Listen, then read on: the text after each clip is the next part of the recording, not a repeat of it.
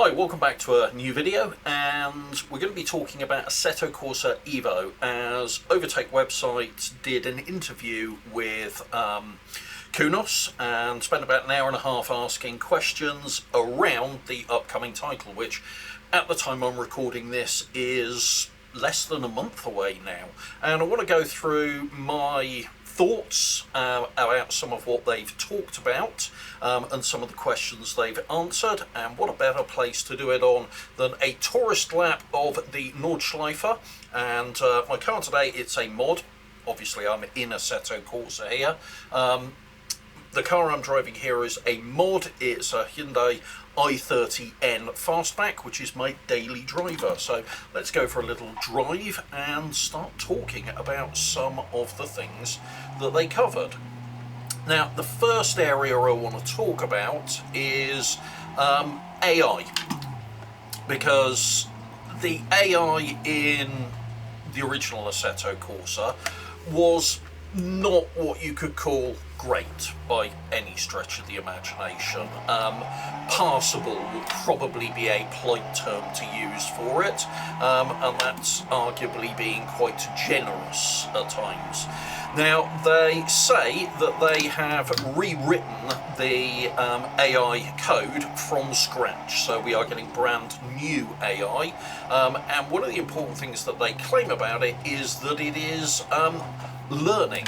It is basically capable of learning and adapting to how fast you are.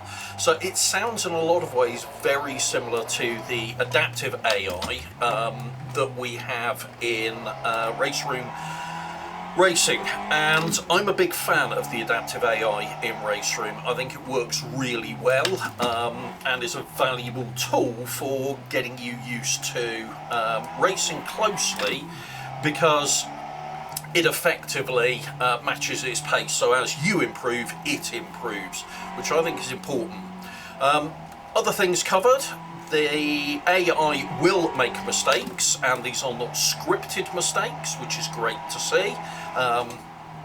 The AI also will have personalities, and these will be tied to drivers' names, and that's quite interesting, because it's something a lot of people do like, and drivers do kind of gain their own personality a lot of the time, which is always an interesting concept. From my point of view. One of the other important things about the AI in ACE, and this is carried over from the original AC, and is quite important. In fact, it's an area that doesn't always get the attention it needs, and that is that the AI runs exactly the same physics as you do. And what a lot of people don't always realise, in quite a few titles, and devs are not always transparent about this, the AI runs a simplified physics code to the one you're running. Now that can actually give them some quite significant advantages, particularly on colder tyres and on in the wet. Oh, look at that, I lost it. Let's try and avoid the arm coat. Nope, didn't avoid the arm coat. There we go. Right. Well, that would have been an expensive little trip to the Nordschleife if it was real. Maybe I should slow my pace down while I'm talking a little bit. That would be a good idea. Right. So yeah, that's the AI, and there's a lot of good things in there. I'm really pleased with the fact that they are keeping the AI uses the same physics code as you do, and not a dumbed down version of it. That to me is actually very important, and I think it's a good sign that they are still keeping that in the title. Wrong gear there. And I like the fact that it's got an adaptive, a learning AI.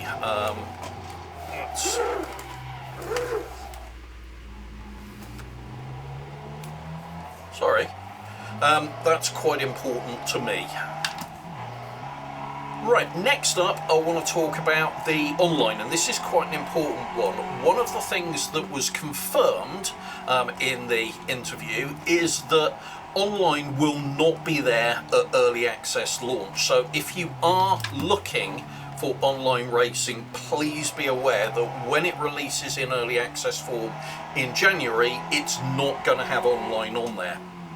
Now, they haven't given an exact time period for when in early access it's going to come, so there's no date or anything like that. What they've instead said is that they are looking to bring it in on the second or third update that early access gets. So hopefully we won't need to wait too long. And they've said, and I'll come back to this in more detail, they've said early access will run for around about 8 to 9 months, which is actually less than I originally thought. I'd originally guessed it would run around about a year, so it's a little bit less than I'd originally thought it might run for. They have confirmed that there will be online rankings and scorings of driver abilities, and they've said there will actually be 7 ways that is broken down. So you'll probably have your pace and your competitive type stuff and your racing etiquette, but it will be interesting to see how they go with that, because 7's quite granular for that, so it will be interesting. And you will apparently be able to filter online races against these criteria, so you can go up against people that will be similar to you in your selected criteria by the sounds of it. So quite useful from that point of view in terms of how the online's going to go. But because it's not coming until the second or third update, we don't know a great deal about it at the present moment. So moving back to that actual early access period, we've got a few more details around it now. And as I said a moment ago, we know it's going to run for, or it's targeted to run for 8 to 9 months, so say less than I originally thought it was going to be. What we also know is that over the early access period, they're obviously going to be adding content. None of it will be chargeable DLC, so you won't have to pay anything extra once you've bought into the early access itself. Now, the pricing for the early access will go up as the early access period goes on. They did this with AC, they did it with ACC, so that's not particularly unusual for Kunos. They have, however, said that the early access pricing will be aggressive in a good way. So while we don't have any pricing at the present moment, that is actually quite reassuring that we are going to get some aggressive pricing, and by aggressive I'm hoping they mean cheap there.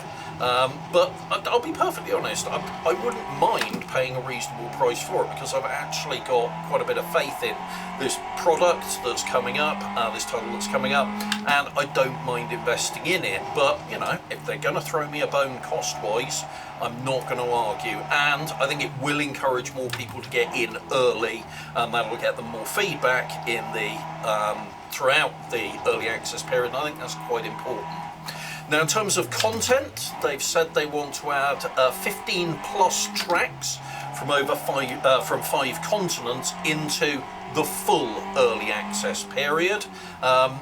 They've said around about 5 tracks at the launch of early access. So from January we'll have 5 tracks, and in previous interviews they've said between 15 and 20 cars at early access launch. We do know what 2 of them are going to be now. They haven't confirmed all of them. Both Alfa Romeos, and we've got the Junior Veloci Electric and the Giulia GTM. I think it's the GTM. I can't remember what that one's called. It's the Cloverleaf variant, fast Cloverleaf variant of the Giulia anyway, which is a great car. So we know we're getting both of those when early access releases. No word yet on the rest of the cars that are coming, or even confirmation on the full 5 tracks, although I think the Nordschleife will definitely be one of them. I would be absolutely stunned if it wasn't, in all honesty. What else do we know about the early access period? I think I've pretty much covered all of it there, but it does, as I say, sound like you're going to want to get in early, because it's going to be your best value for money in terms of getting all of the content that comes along during the early access period. And certainly for me, it's going to be a day one on there. I really want to see how this is going to perform and what we've got in there. Keep in mind that the open world, which I'll come on and talk about in a bit more detail in a moment, will not be there at early access launch. They've been quite clear about this already. That's going to be coming along in summer 2025. So we're probably going to get something fairly bare bones at the start of early access. You know, five locations track-wise and 15 to 20 cars, but that's enough to get me started, being perfectly honest. Now, what I want to close out with talking about is that open world map, because we've got a little more detail on the open world map as well. And effectively what we've learnt as far as this goes is there will be real world locations in. They've had over 300 real world companies contact them about being on the map. We forgot I was on the tourist location there for a moment. Oh dear, that was very embarrassing. Oops. Right, don't do that in the real world, people. That's very bad. Right, let's pop my pretend ticket in for a moment. There we go. Oh, that was a bit embarrassing. Sorry about that. Right, where was I? Oh yes, the open world map. The open world map will centre around the Nordschleife, and the Nordschleife will feature in both the open world map and also as a standalone track you can race on. And there is a reason for that. While they've said that the weather effects, and that does actually confirm that weather is indeed coming, the weather effects will be similar between both of them. There will be certain elements that will be scaled down for the open world, in particular around how the puddles and how work and form, and how gravity affects puddles and water flow. And that's kind of understandable. We're going to be looking, if they live up to their promise, at a 16,000 square kilometre map, which is colossal. Trying to run the full weather on that, I would imagine, would require a beast of a processor, both CPU and GPU, I suspect. So I can kind of understand why it's scaled down for that, and that's why the Nordschleife will exist in both. So if you want the full weather effects on there, you can race it as a standalone, but you won't get those in the open world and driving around. The businesses, that's what I was talking about before I hit the barriers there. The businesses that are included will be both real and some fake ones for various things that you will need, because they have confirmed you can run out of fuel in the open world. So you will have to refuel at filling stations, which is interesting. We'll see if we get car washes as well. I can't remember if they were mentioned or not. The other thing that is important is that the open world is entirely optional. They've included it because research that they did shows that the most commonly downloaded track mods for Assetto Corsa were open world, or large kind of like sandpit drive around things. So that's why they've gone down that, because people like you and I, it's what we want. But not everybody's going to want it, and they were clear that first and foremost, Assetto Corsa is a track-focused driving title, and as a result it is going to heavily feature tracks and cars and racing, and you don't need to do anything in the open world if you don't want to. So the choice is entirely yours. We've not heard a great deal about the more structured career. There will be license tests, we know that, so that sounds like it's going to be very similar to Gran Turismo in that regard.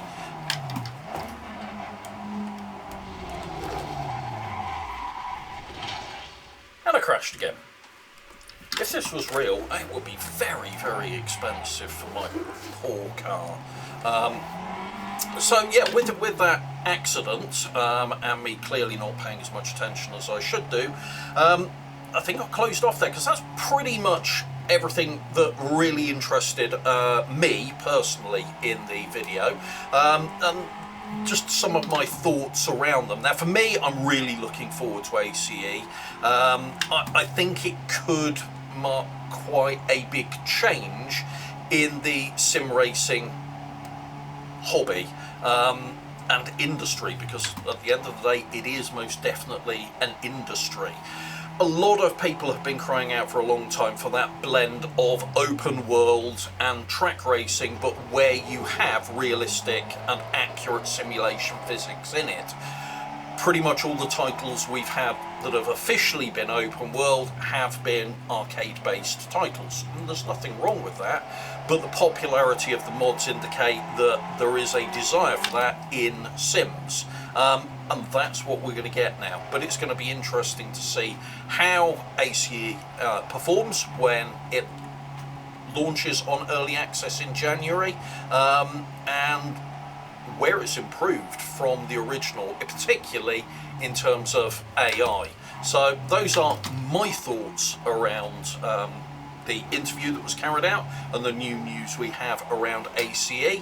Let me know your thoughts down in the comments section below, and if you've enjoyed this video, please do give it a like, and if you want to see more content like this, please do subscribe to the channel and hit the bell icon to be notified when new content gets uploaded. Thanks very much for watching, everybody. Take care. Bye.